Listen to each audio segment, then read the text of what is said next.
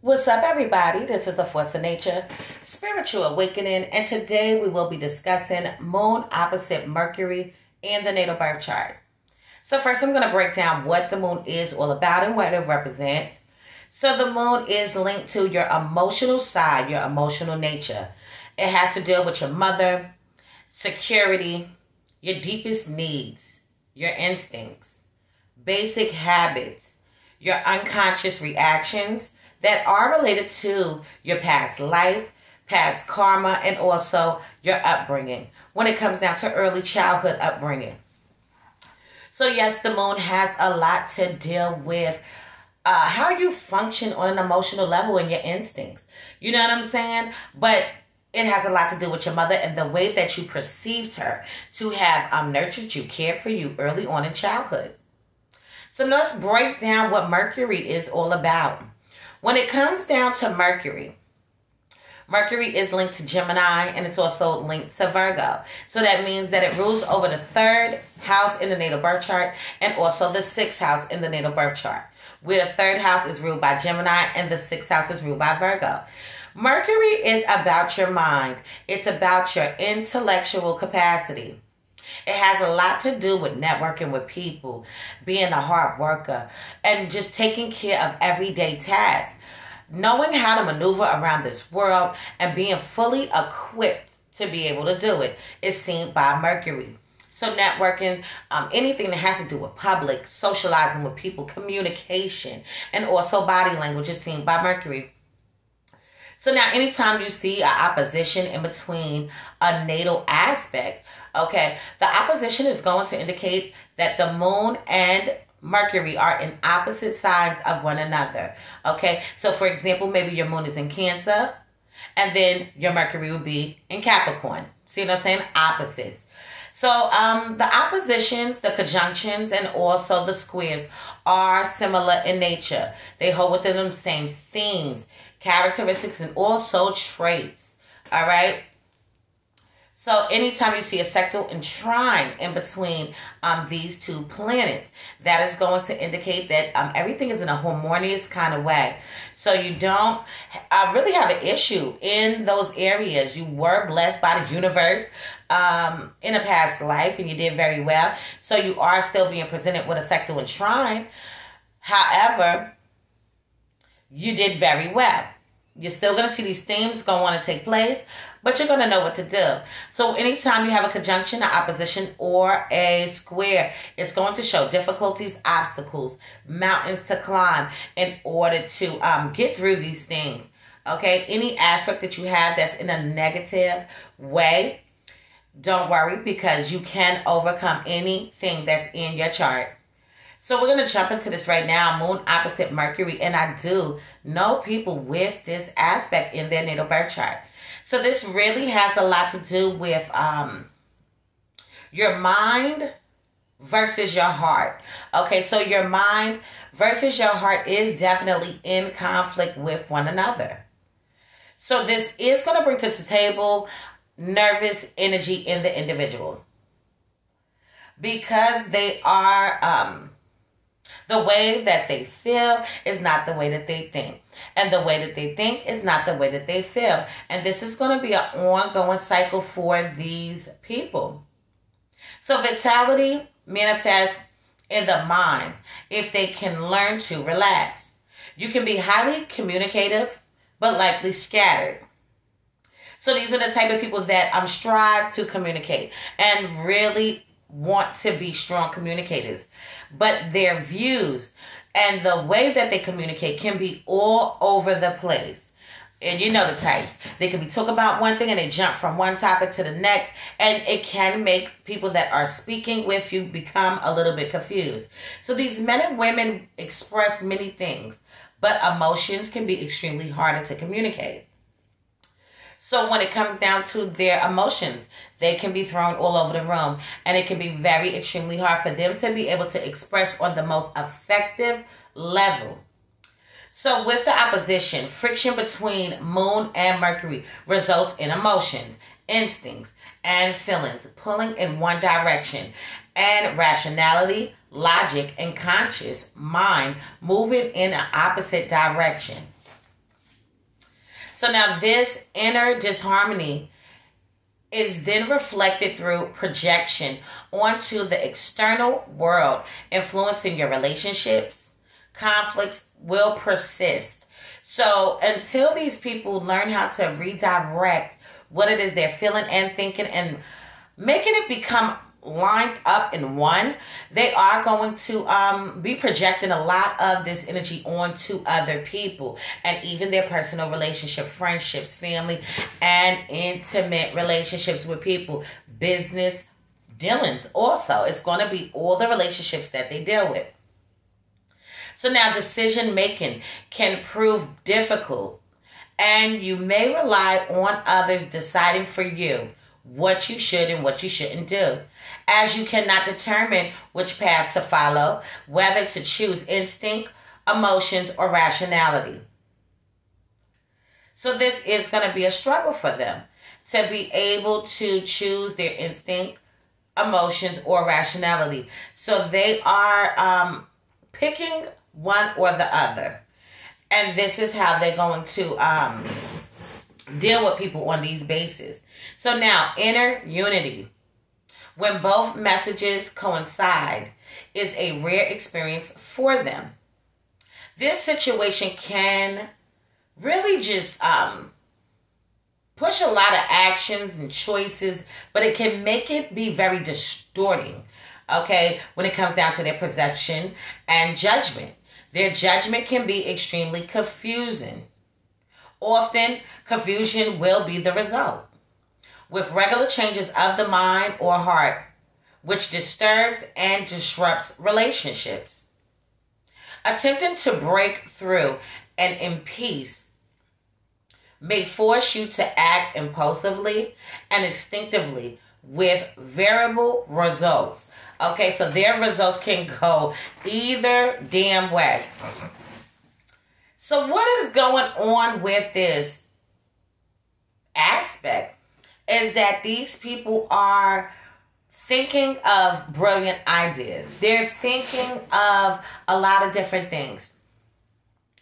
But when it comes down to their heart, they're feeling a lot of different ways, and it is not the same way as what they are thinking. So say, for example, they're in love with somebody, and they're absolutely in love with this person, but they're thinking of a better relationship, or they're thinking that they deserve more, but they do care for this person. So it's not being aligned. It's really hard for people with this to really compromise with people. And I'm just going to be honest. It's hard for them to compromise because they think what they think and they feel how they feel, even though what they think and what they feel are not even the same. So now, equally, responses can be emotionally based, devoid or rational, evaluation or common sense. Alternatively, Mercury can donate with an extremely cold perception, which succeeds mainly in temporarily denying any emotional feeling at all. So when these people are feeling on those intense emotional winds of levels, they can deny that this is how they feel. They can deny to their self-denial, self-deception, or they can deny it to somebody that's trying to tell them, hey, maybe maybe you need to talk to somebody, or maybe they can be in denial to want to do those things. They can think nothing's wrong with them, nothing's going on with them, and they are just completely fine, and that is probably not the case. So these men and women can be cruel, insensitive, and offensive to other people. They can also be unaware of this, that they're coming across that kind of way. So they can lack tact and being very tactful. They can lack that. Sensitivity and diplomacy. These are the things they can lack. Although you are quick to rise to others who criticize you personally. So there will be many times you will be wrong in life, and no one is going to be right on everything. These people think they're right no matter what. You can probably prove them wrong and they still think they're damn right. These people need to learn how to admit their mistakes. That's another thing with this. When these people have made a mistake, misjudged somebody, came at somebody the wrong kind of way, they can feel like they're right. They can feel like they didn't do anything wrong. They could put the blame on other people instead of also putting it on themselves and looking at it like I was wrong, you were wrong. They can look at it like you're still fucking wrong. And they can keep on doing this damn thing. And this is actually a vicious cycle. All right? So increasingly, imbalanced, unconscious emotional patterns can distort inner messages and life perceptions, diminishing your ability for clear thinking and clear communication. So these people think that they are a strong communicator. They think that they are a strong communicator because this is what they strive to be. But in all reality, what they are is an ineffective communicator because they want to be heard. They want you to listen. They don't want to compromise. They think they're always right. They could never be wrong. And even when they're wrong, they won't even admit that they was damn wrong. So this is something that needs to be tweaked and checked. Okay, this is a reality check for anybody that has Mercury opposite Moon or Moon opposite Mercury. It's the same damn thing. So compulsive talking can occur as a compensation for an effective relationship. Although what is often noticeable is that this lacks depth and content. What is required is self-understanding and integration between your emotional and rational nature. Clarity and answers are needed regarding these lunar patterns of emotional need dependency and the reliance of security and stability. So with the Mercury influence, rationality and objectivity are required to help rebalance inner disharmony. So any disharmony that you have within inside of yourself, the Mercury influence is supposed to help you out in this area. So now the challenge with this specific aspect is to integrate these two opposing messages until some progress is made. Self-expression can be restricted and distorted. Favoring either planets creates conflict. Honoring each planet is the route to wholeness and the key to resolving this psychological imbalance. So yes, these people are dealing with a psychological imbalance in their mind because what they are doing is not willing to compromise. They are not willing to agree to disagree. They have to always be right. These people can be confrontational, may even get a little violent at times, okay, with their expressions because they're expressing it in the wrong way. They're taking things the wrong way, okay? So this can also just be, for example, somebody giving you an idea and they're trying to help you out and you feel like your way is the best way. So you dismiss their way instead of just saying, oh, hey, you know, that was a good idea, but I think I'm just going to do it this way. No, these are the same people that would probably tell you that you're trying to control what they're trying to do. You don't want to see them succeed in life. You don't want the best for me. You're in competition with me. So these people can take it a whole different octave when all you was trying to do is make a suggestion.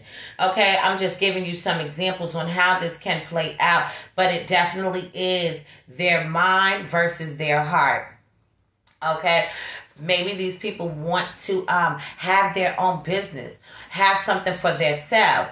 Maybe they're in a long committed relationship and it's just not mixing very well with what they're trying to do. Okay, this is where a lot of nervous energy can arise. These people do like to travel a lot too. They like to be all over the place. All right, they throw their words all over the place. And a lot of times if you're not saying things that they want to hear, they can put you down. They can tear you down. They can try to destroy you and your mental.